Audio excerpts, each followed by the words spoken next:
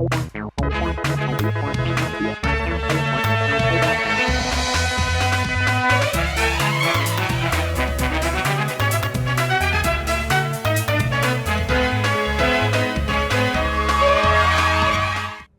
आप देख रहे हैं राष्ट्रीय समाचार में आपके साथ हिमानी। नजर डालते हैं आज की हेडलाइंस पर।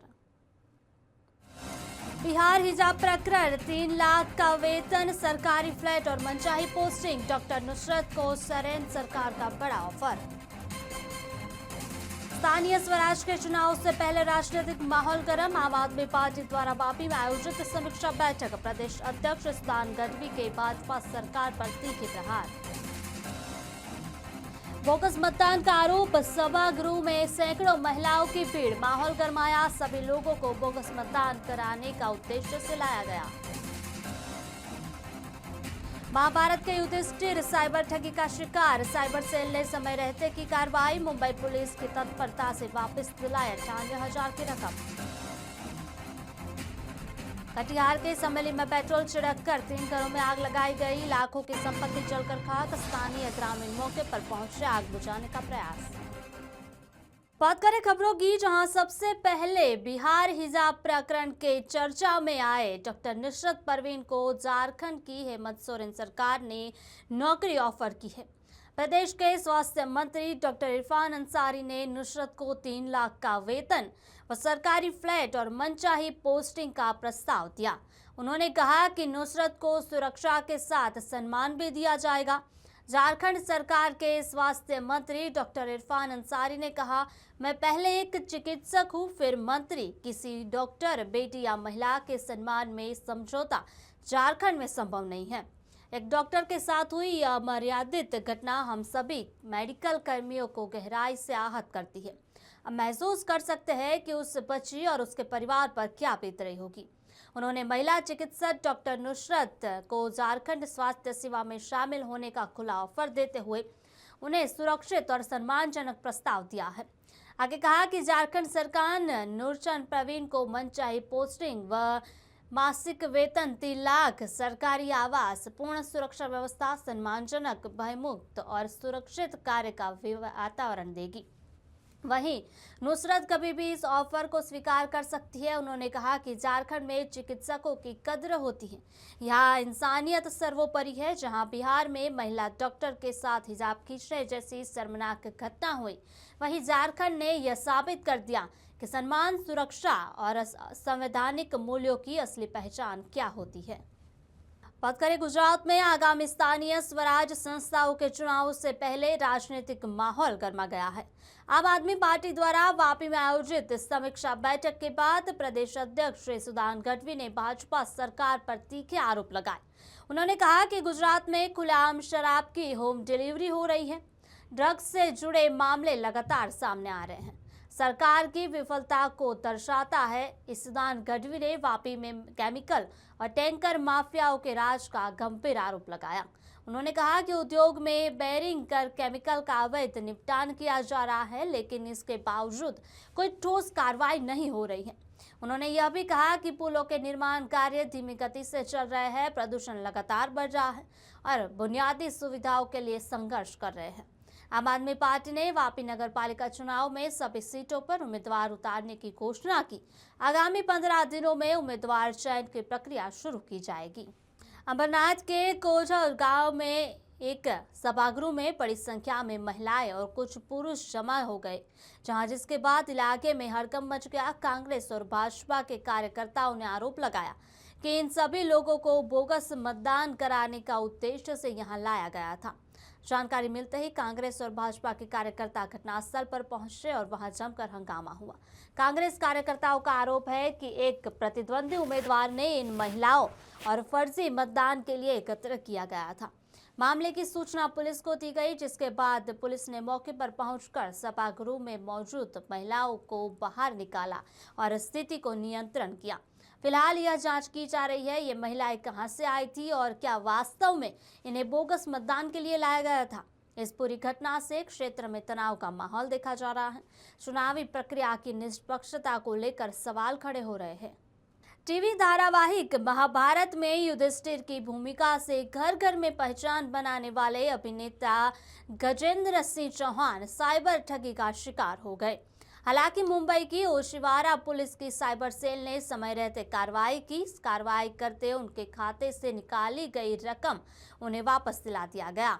गजेंद्र चौहान अंधेरी पश्चिम के लोखंडवाला ओशियारा इलाके में रहते हैं। 10 दिसंबर को उन्हें फेसबुक पर डीमार्ट के नाम से सूखे मेवों की भारी छूट वाला एक विज्ञापन दिखाई दिया। विज्ञापन में दिए गए लिंक पर क्लिक कर ऑर्डर प्रक्रिया पूरी करते ही उनके मोबाइल पर एक OTP आया। इसके कुछ ही पलों बाद उन्हें संदेश मिला कि HDFC बैंक खाते से उनके खाते में से 98,000 रुपए डेबिट हो गए। ठगी का एहसास होते ही उन्होंने बिना देर किए पुलिस से संपर्क किया, शिकायत दर्ज करवाई। पुलिस निरीक्षक संजय चौहान और निरीक्षक आनंद पगारे ने मार्गदर्शन में ओशिवारा पुलिस की साइबर टीम ने मामले की तुरंत जांच शुरू की। साइबर उप निरीक्षक शरद देवरे, सहायक पुलिस निरीक्षक अशोक कोंडे और कांस्टेबल ने हेल्पलाइन पर शिकायत दर्ज कराई और बैंक स्टेटमेंट की जांच की। जांच में सामने आया कि ठगी की रकम रेज रपे के जरिए क्रोमा से जुड़े एक खाते में ट्रांसफर की गई थी। इसके बाद पुलिस ने बैंक, रेज रपे और क्रोमा के नोडल अधिकारियों से संपर्क कर ईमेल के माध्यम से कोऑर्डिनेट किया। साथ ही पुलिस की तेज कार्रवाई के चलते ट्रांजैक्शन को समय रहते ही होल्ड करवा लिया गया और उनकी पूरी राशि अभिनेता के खाते में वापस कर दी गई। पुलिस की इस तत्परता की सराहना करते अभिनेता ने मुंबई पुलिस और ओशिवारा पुलिस के अधिकारियों को धन्यवाद दिया है। दिसंबर 2025 को ऑनलाइन शॉपिंग करते हुए किसी हैकर ने मेरा अकाउंट हैक कर दिया और मेरे अकाउंट से 98,000 रुपीज़ विड्रॉ कर लिया। मैंने प्रॉम्प्टली जो है बैंक को कांटेक्ट किया। बैंक ने कहा कि आपका कार्ड जो है वो लॉक कर देते हैं, आपका अकाउंट लॉक कर देते हैं और उसके बाद आप 1930 साइबर क्राइम का जो नंबर है उस पर डायल करके कंप्लेंट दर्ज करवा दीजिए। मैंने फ़ौरन वो काम भी कर दिया। उनसे नंबर लेके मैं बैंक गया और बैंक में जो मैनेजर थी अंकिता राठी, उन्होंने मेरी बड़ी मदद की और उन्होंने सारे कागज जो है 15 मिनट के अंदर तैयार करके मुझे दिए और कहा कि अब ओशिवारा पुलिस स्टेशन जाके आप कंप्लेंट कर दीजिए। जैसे ही मैं ओशिवारा पुलिस स्टेशन पहुंचा, वहाँ पे सीनियर PI हैं संजय चौहान जी और उनके साथ में उनके डिप्टी हैं पगारे साहब, आनंद पगारे साहब। तो उन्होंने बहुत अच्छे से मुझे एंटरटेन किया, मेरी बात सुनी और उन्होंने तुरंत विदिन फ्यू मिनट्स वहाँ की जो साइबर क्राइम टीम है, जो अपने अशोक जी हैं, शरद भाई हैं और विक्रम जी हैं हेड कांस्टेबल, उनको ये जो मैटर था वो उनको सौंप दिया और कहा कि इसे जल्दी से जल्दी कार्रवाई की जाए क्योंकि अभी ताज़ा मैटर हुआ है।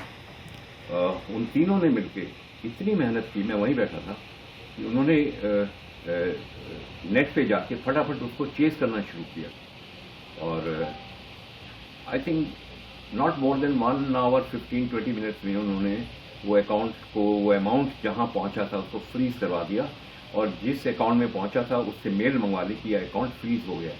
और उन्होंने मुझे कहा कंग्रेचुलेशन, आपका अकाउंट जो है सेफ है ये, लेकिन एक प्रोसेस के पास थ्रू जो है वापस आएगा, आपके अकाउंट में आएगा। कटिहार के समेली प्रखंड अंतर्गत चुहारा पंचायत के वार्ड संख्या 4 में बीती रात आगजनी की घटना सामने आई। अज्ञात लोगों ने पेट्रोल छिड़ककर 3 घरों में आग लगा दी, जिससे पूरे इलाके में दहशत का माहौल हो गया है। इस भीषण आगजनी में भोलानाथ मंडल, गजेंद्र मंडल और सुरो मंडल के घर पर पूरी तरह से जलकर राख हो गए। आग की चपेट में आने से घरों में रखी नकद राशि, कपड़े, अनाज, बर्तन समेत अन्य कीमती घरेलू सामान जलकर नष्ट हो गए हैं। प्रारंभिक आकलन के अनुसार इस घटना में लाखों रुपए की संपत्ति का नुकसान हुआ। साथ ही घटना की जानकारी मिलते ही स्थानीय ग्रामीण मौके पर पहुंचे और आग बुझाने का प्रयास शुरू किया। इसके बाद दमकल विभाग की गाड़ियां घटनास्थल पर पहुंची और कड़ी मशक्कत के बाद आग पर काबू पाया गया है। ग्रामीणों का कहना है कि यदि समझ रहते आग पर नियंत्रण नहीं पाया जाता तो आसपास के कई अन्य घर भी इसकी चपेट में आ सकते थे। स्थानीय प्रतिनिधियों ने कहा कि जिस प्रकार पेट्रोल छिड़ककर आग लगाई गई है, उससे यह घटना पूर्व नियोजित साजिश का मामला प्रतीत हो रही है। ग्रामीणों में इस घटना को लेकर भारी आक्रोश है। उन्होंने इसकी उच्च स्तरीय जांच की मांग की। घटना के बाद से गांव में तनाव का माहौल बना हुआ है। लोग प्रशासन ने सुरक्षा बढ़ाने की मांग कर रहे हैं। एनसीपी अजित पवार गुट के नेता और विधायक माणिकराव कोकाटे को बॉम्बे हाईकोर्ट से आंशिक राहत मिली है। हाईकोर्ट ने उनकी गिरफ्तारी पर रोक लगाते हुए 1 लाख रुपए के मुचले के जमानत दे दी है। हालांकि कोर्ट ने लोअर कोर्ट द्वारा सुनवाई गई 2 साल की सजा पर फिलहाल कोई स्थगन नहीं दिया है। ऐसे में कोकाटे की विधायकी पर संकट बरकरार है। अब इस मामले में अंतिम फैसला विधानसभा अध्यक्ष को लेना है। विधानमंडल सूत्रों के अनुसार हाईकोर्ट का विस्तृत आदेश मिलने के बाद कानूनी राय ली जाएगी और उसके आधार पर आगे की कार्रवाई तय की जाएगी।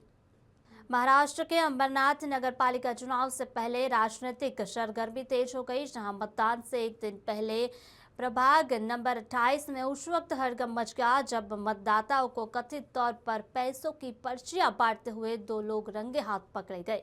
राष्ट्रवादी कांग्रेस पार्टी के कार्यकर्ताओं का आरोप है कि दोनों आरोपी मतदाताओं को लुभाने के लिए पैसे बांट रहे थे।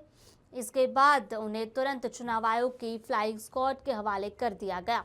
सूचना मिलते ही पुलिस और चुनाव अधिकारी मौके पर पहुंचे और पूरे मामले की जांच शुरू कर दी। एनसीपी अजित पवार गुट का दावा है कि यह पैसा भारतीय जनता पार्टी के उम्मीदवार की ओर से बांटा जा रहा था। हालांकि इस पर अभी आधिकारिक पुष्टि नहीं हुई है। घटना के बाद अंबरनाथ के राजनीतिक माहौल में तनाव और चर्चाएं तेज हो गई है। पहलगाम हमले के बाद भारतीय सेना की जवाबी कार्रवाई को लेकर देश भर में सराहना देखने को मिल रही है। जहां बात की जाए, ये सराहना देखने को मिल रही है। पहलगाम हमले के बाद भारतीय ने जवाबी कार्रवाई को लेकर देश भर में सराहना देखने को मिल रही। कई वर्गों का कहना है कि सेना ने जिस सटीकता और साहस के साथ जवाब दिया वह काबिल तारीफ है। वहीं इस मुद्दे पर विपक्ष, खासकर कांग्रेस की ओर से की जा रही टिप्पणियों को लेकर सियासी घमासान तेज हो गया है। आरोप लगाए जा रहे हैं कि विपक्ष का एक धड़ा सेना की कार्रवाई पर सवाल उठाकर नकारात्मक बयानबाजी कर रहा है। आलोचकों का कहना है कि कुछ नेता देश हित से ज्यादा राजनीति को प्राथमिकता दे रहे हैं, जबकि समर्थकों की मांग है कि राष्ट्रीय सुरक्षा जैसे मुद्दों पर राजनीति से ऊपर उठकर एकजुटता दिखाई जानी चाहिए। दिल्ली एयरपोर्ट के टर्मिनल 1 से एक सनसनीखेज मामले सामने आया, जहां सुरक्षा जांच के दौरान एयर इंडिया एक्सप्रेस के एक पायलट पर यात्री से मारपीट का गंभीर आरोप लगा है। उद्यमी अंकित दीवान का आरोप है कि कतार को लेकर हुए विवाद के बाद पायलट ने सार्वजनिक स्थान पर उन पर हमला किया, जिससे वो घायल हो गए। घटना के वक्त उनका परिवार और 7 साल की बच्ची भी मौजूद थी, जो सदमे में है। मामला सोशल मीडिया पर वायरल होते ही एयर इंडिया एक्सप्रेस ने तुरंत कार्रवाई करते हुए पायलट को ड्यूटी से हटा दिया और आंतरिक जांच शुरू कर दी है। कंपनी ने घटना पर खेद जताते हुए कानून प्रवर्तन एजेंसियों को पूरा सहयोग देने की बात कही। वहीं पीड़ित ने डीजीसीए, दिल्ली पुलिस और एयरपोर्ट प्रबंधन से कड़ी कार्रवाई की मांग करते हुए सीसीटीवी फुटेज सुरक्षित रखने का अनुरोध किया है। बिहार के हाजीपुर में नेता प्रतिपक्ष तेजस्वी यादव के चुनावी क्षेत्र राधोपुर के श्रावणपुर करारी गांव में बीती रात भीषण अग्निकांड की घटना सामने आई। अचानक एक गरीब परिवार के फूस के घर में आग लग गई, जो देखते ही देखते फैलते चली गई। दर्जनों से अधिक फूस के घर जलकर राख हो गए। घटना की सूचना मिलते ही फायर ब्रिगेड की टीम मौके पर पहुंची, लेकिन तब तक काफी नुकसान हो चुका था। कड़ी मशक्कत के बाद आग पर काबू पाया गया। इस अग्निकांड में ठंड के माहौल में कई परिवार, आशियाना, जरूरी कागजात और घरेलू सामान पूरी तरह जलकर नष्ट हो गया है। फिलहाल स्थानीय जनप्रतिनिधि और प्रशासनिक अधिकारी पीड़ित परिवारों तक मदद पहुंचाने में जुटे हैं। वहीं आग लगने का कारण अभी तक सामने नहीं आया है, उसकी जांच की जा रही है। हालांकि प्रारंभिक तौर पर शॉर्ट सर्किट से आग लगने की आशंका जताई जा रही है। सूरत और नवसारी शहर को जोड़ने वाली महत्वपूर्ण पूर्णा नदी पर प्रस्तावित नए ब्रिज के निर्माण में अब बड़ा अवरोध सामने आया है। विरावल गांव के पास स्थित यह पुराना ब्रिज क्रिटिकल पुअर कैटेगरी में आने के कारण नए ब्रिज का निर्माण बेहद आवश्यक माना जा रहा है।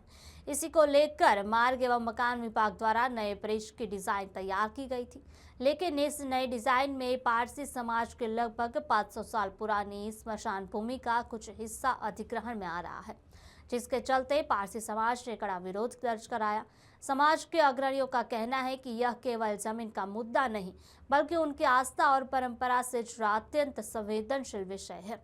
पारसी समाज के प्रतिनिधियों ने स्पष्ट किया है कि करीब 5 वर्ष पहले सड़क चौड़ीकरण के दौरान उन्होंने स्वैच्छिक रूप से अपनी जमीन दी थी, लेकिन अब स्मशान भूमि का कोई भी हिस्सा देने के लिए वे तैयार नहीं है। मामले की गंभीरता को देखते हुए जिला प्रांत अधिकारी ने हस्तक्षेप किया। जिला प्रशासन ने मार्ग एवं मकान विभाग के अधिकारियों के साथ बैठकर ब्रिज के डिजाइन में बदलाव की संभावना तलाशने और समाज की भावनाओं का सम्मान करने का आश्वासन दिया है। अब देखना यह रहता है कि प्रशासन और विभाग मिलकर ऐसा समाधान निकाल पाते हैं या नहीं, जिससे विकास भी रुके नहीं और सदियों पुरानी विरासत भी सुरक्षित रह सके। दिल्ली में भाजपा के राष्ट्रीय कार्यकारी अध्यक्ष नितिन नबीन ने महासचिवों के साथ अपनी पहली बैठक की अध्यक्षता की। यह हाई लेवल बैठक पार्टी के वरिष्ठ नेताओं की उपस्थिति में आयोजित की गई थी। बैठक में विभिन्न संगठनात्मक और राजनीतिक मुद्दों पर चर्चा की गई। बैठक के समापन पर महासचिवों ने नितिन नबीन को फूल देकर बधाई दी। इस बैठक को पार्टी में रणनीतिक दिशा तय करने के लिहाज से महत्वपूर्ण माना जा रहा। भाजपा के राष्ट्रीय कार्यकारी अध्यक्ष नितिन नबीन ने महासचिवों के साथ पहली बैठक की अध्यक्षता की है। तस्वीरों में देखा जा सकता है कि ये हाई लेवल बैठक दिल्ली में हो रही है। बैठक के बाद महासचिवों ने नितिन नबीन को फूल देकर बधाई भी दी। भोपाल में महिला कांग्रेस ने मध्य प्रदेश सरकार के मंत्री कुंवर विजय शाह के खिलाफ विरोध प्रदर्शन किया है। यह प्रदर्शन मंत्री के एक कथित विवादित बयान के विरोध में आयोजित किया गया। महिला कांग्रेस के कार्यकर्ताओं ने कहा कि मंत्री के बयान से समाज में गलत संदेश गया है। उन्होंने इसकी कड़ी निंदा की है। प्रदर्शन के दौरान कार्यकर्ताओं ने अपने नारों और बैनरों के माध्यम से अपना विरोध जताया। स्थानीय पुलिस ने प्रदर्शन को नियंत्रित किया और किसी अप्रिय घटना को रोकने के लिए सुरक्षा व्यवस्था सख्त कर दी है। सरकार के मंत्री कुंवर विजय शाह अपने एक कथित विवादित बयान की वजह से विवादों में है। इसी को लेकर भोपाल में महिला कांग्रेस ने मंत्री कुंवर विजय शाह के खिलाफ विरोध प्रदर्शन किया। दीदी सारे जो अपशब्द महिलाओं के सम्मान में हर टाइम बोलते हैं, वो अभी महिला लाडली बहनाओं के इसमें बोले गए हैं उन्होंने। ऐसे वो हमेशा अपमानित करते रहे महिलाओं को, और ये शासन प्रशासन उसकी दलाली कर रहे हैं और हम लोगों को रोक रहे हैं। हम सिर्फ न्याय के लिए, महिलाओं के सम्मान के लिए जा रहे हैं।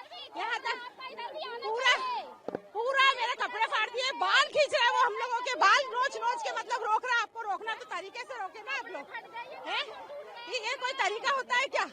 गुलामी कर रहे हैं ये लोग, दलाली कर रहे हैं बीजेपी की। लाडली बहनों का महाराष्ट्र के सतारा महाबलेश्वर में सामने आए करोड़ों रुपयों के ड्रग्स कांड ने सियासी माहौल गर्मा दिया। इस मामले में राज्य के उप मुख्यमंत्री एकनाथ शिंदे के करीबी का नाम सामने आया है। उसके बाद राजनीतिक आरोप प्रत्यारोप तेज हो गए हैं। जैसे ही मुख्यमंत्री देवेंद्र फडणवीस ने मीडिया से बातचीत करते हुए उप मुख्यमंत्री एकनाथ शिंदे का बचाव किया, उसी से कुछ समय बाद शिवसेना उद्धव गुट की नेता सुषमा अंधेरा ने सीडी में बातचीत करते हुए तीखा बयान दिया है। आइए सुनते हैं उद्धव ठाकरे गुट के नेता सुषमा अंधेरे ने क्या कहा।